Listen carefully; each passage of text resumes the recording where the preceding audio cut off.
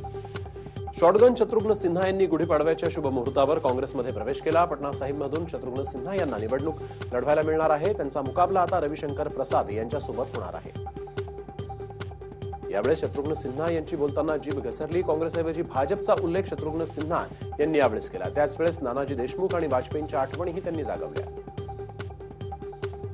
सध्याची लोकशाही ही हुकुमशाहीमध्ये बदलली असल्याचा आरोप शत्रुघ्न सिन्हा यांनी केला। तसंच ज्येष्ठ नेत्यांना मार्गदर्शक मंडळातल्या अडगळीत टाकल्याचं शत्रुघ्न सिन्हा यांनी म्हटलंय। दिल्लीतल्या 7 जागांसाठी काँग्रेस आणि आपमध्ये अखेर आघाडी झाली। काँग्रेस 3 तर आम आदमी पक्ष 4 जागांवर आता निवडणूक लढवणार आहे। भाजपा अध्यक्ष अमित शहा यांनी वैजलपूरमध्ये प्रचार रॅली काढली। या प्रचार रॅलीमध्ये अमित शहा यांनी लोकांशी संवाद साधला। यावेळेस मोठ्या प्रमाणात भाजपा कार्यकर्त्यांनी गर्दी केली होती। नांदेडमध्ये आज पंतप्रधान नरेंद्र मोदींची जाहीर सभा होणार आहे। युतीचे उमेदवार प्रताप पाटील चिखलीकर यांच्या प्रचारार्थ ही सभा होणार आहे। या प्रचार सभेसाठी जय्यत तयारी सुरू करण्यात आली असून प्रशासनाकडून चोख बंदोबस्त ठेवण्यात आला आहे। नितीन गडकरी, मुख्यमंत्री देवेंद्र फडणवीस आणि पंकजा मुंडेंसह अनेक नेते यावेळेस उपस्थित राहतील। अडवाणीजी आमच्या वडिलांसारखेच आहेत। तुमच्या वक्तव्यानं आम्हाला खूप त्रास झाला। कृपया भाषेची मर्यादा ठेवण्याचा प्रयत्न करा, असा प्रहार अडवाणी यांच्यावरील केलेल्या वक्तव्यानंतर सुषमा स्वराज यांनी राहुल गांधींवर केलाय।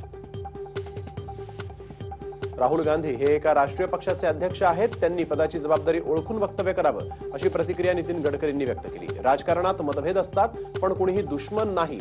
एक दुसऱ्याचा सन्मान करून आपले विचार मांडायला हवे, असं देखील नितीन गडकरी यावेळेस म्हणाले। लोकसभा निवडणुकीच्या पहिल्या टप्प्यातील मतदानाच्या अगोदर म्हणजेच येत्या 8 एप्रिल रोजी भाजपचा निवडणूक जाहीरनामा प्रसिद्ध होणार आहे। निवडणूक जाहीरनामा जाहीर करण्यासाठी पंतप्रधान नरेंद्र मोदी आणि राष्ट्रीय अध्यक्ष अमित शहा देखील उपस्थित राहतील।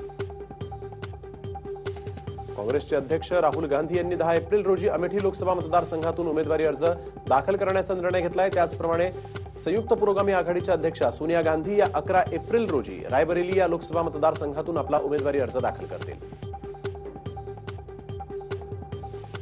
भाजपचे भीष्माचार्य बोलते झाले हे बरं झालं। अडवाणींच्या मन की बात मध्ये आता काय वावटळ उठवतं हे महत्वाचं आहे, अशी प्रतिक्रिया अडवाणींच्या ब्लॉगवर सामनानं व्यक्त केलेली आहे।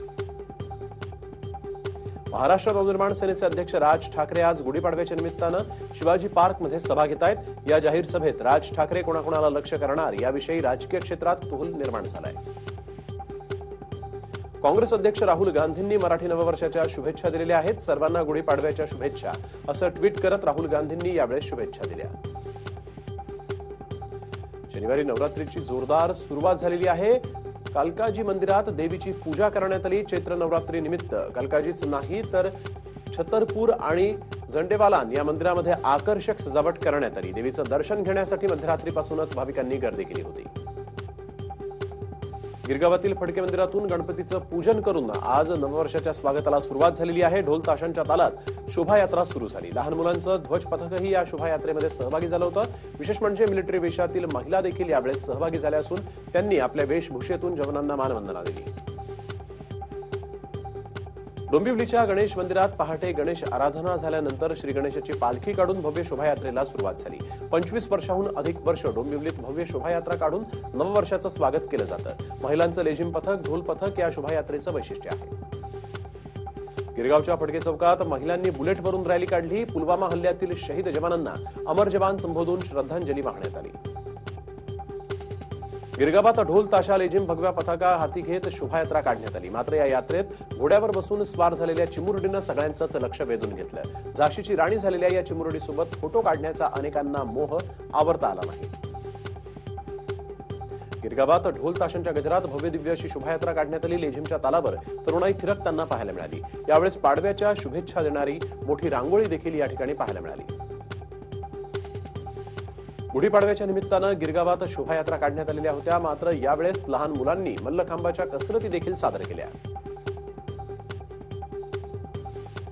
गुढीपाडवा नवीन वर्षाच्या शुभ मुहूर्तावर डोंबिवलीत शोभायात्रा काढण्यात आलेली आहे आणि स्वागत यात्रांचं आयोजन देखील केलं गेलं। यामध्ये कलाकारांपासून ते राजकारण्यांपर्यंत सगळेच सहभागी झाले होते।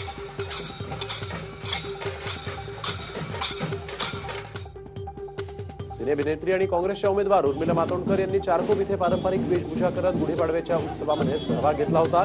त्यांनी यावेळेस नृत्य देखील केलं आणि नागरिकांना शुभेच्छा दिल्या।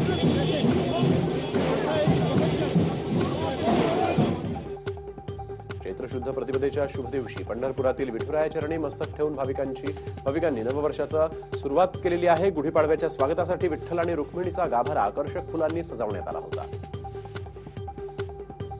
नवीन वर्षाला साथ घालण्यासाठी ठाणेकर नेहमीच सहभागी होतात.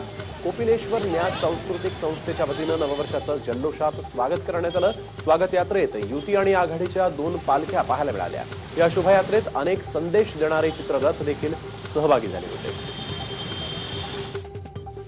शहापूरमध्ये गुढीपाडव्याच्या शुभमुहूर्तावर भव्य रॅलीचं आयोजन करण्यात आलं. महिलांनी नबारी साडी नेसून बाईक रॅली काढली, तर वारकरी संप्रदाय ताडपा नृत्य आणि लेझिम पथकाच्या शोभायात्रेमध्ये सहभाग होता. रिंकू राजगुरूंनं दादरमध्ये गुढीपाडव्याच्या कार्यक्रमात हजेरी लावली. यावेळेस चाहत्यांची मोठी गर्दी देखील पाहायला मिळाली. रिंकू मराठमोळ्या पेहरावामध्ये या ठिकाणी आली होती. दादरच्या नायगावात गुढीपाडव्याच्या निमित्तानं पारंपरिक नृत्य सादर करण्यात आलं. पालघरमधल्या आदिवासी बांधवांनी एकत्र येऊन नववर्षाच्या स्वागतासाठी हे पारंपरिक नृत्य केलं.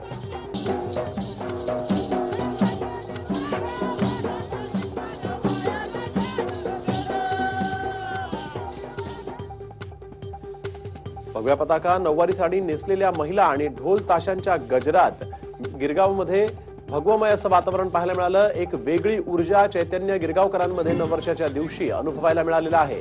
याची काही खास दृश्य TV9च्या कॅमेऱ्यामध्ये कैद झालेली आहेत.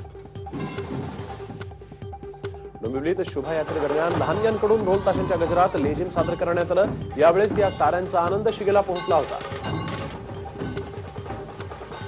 डोंबिवलीत मराठी नववर्षाच्या स्वागतावेळेस मर्दानी खेळ खेळण्यामध्ये आलेले आहेत आणि यावेळेस तलवारबाजीचं देखील प्रात्यक्षिक दाखवण्यात आलं. राज्यात मराठी नववर्षाच्या अर्थात गुढीपाडव्याचा उत्साह पाहायला मिळालेला आहे. कल्याणमध्येही मोठ्या उत्साहात शोभायात्रा काढण्यात आली. आदिवासी नृत्य आणि तारपा नृत्य करत हजारो नागरिक या शोभायात्रेमध्ये सहभागी झाले होते.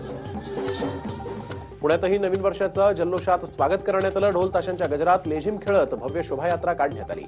सर्वांनी एकत्र येत पुण्यामध्ये पालखी देखील काढली होती. रत्नागिरीत जनसेवा ग्रंथालयाच्या माध्यमातून साहित्यिक गुढी उभारण्यात आली. मराठी भाषा टिकावी, वाचक हा अधिक सजग व्हावा यासाठी साहित्यिक गुढी उभारण्यात आली. पुस्तकांचं आणि मासिकांचं तोरण बांधून ही गुढी उभारण्यात आली. उदयनराजे भोसले यांनी देखील गुढीपाडव्याचा सण पारंपरिक पद्धतीनं साजरा केलेला आहे. यावेळेस उदयनराजे भोसलेंनी पाया पडून गुढीचं विधिवत पूजन केलं. बदलापुरात अष्टगंध अध्यात्म व्यासपीठातर्फे चित्ररथासह उपयात्रा निघाल्या होत्या. शिरगावात नवारी साडी नेसून आणि भगवा फेटा घालत महिलांनी बाईक रॅली काढली, तर सरदार वल्लभभाई पटेल यांची स्टॅच्यू ऑफ लिबर्टीची प्रतिकृती देखील या ठिकाणी साकारण्यात आली होती. नवीन वर्षाच्या स्वागताला कोल्हापुरात अनोखी शोभायात्रा काढण्यात आली होती. आपल्या वायुदलाची ताकद जगासमोर यावी या उद्देशानं लढाऊ विमानांची प्रतिकृती या ठिकाणी पाहायला मिळाली. नागपुरातही गुढीपाडव्याचा उत्साह पाहायला मिळालेला आहे. ढोल ताशांच्या गजरात शोभायात्रा काढण्यात आली. नवीन वर्षाचं स्वागत करण्यात आलं, तर खामला चौकात उत्साह आणि समृद्धीची गुढी उभारण्यात आली. गुढीपाडव्यानिमित्त सणांचा वारसा पुढच्या पिढीपर्यंत पोहोचावा या उद्देशानं शोभायात्रेचं आयोजन करण्यात आलं होतं.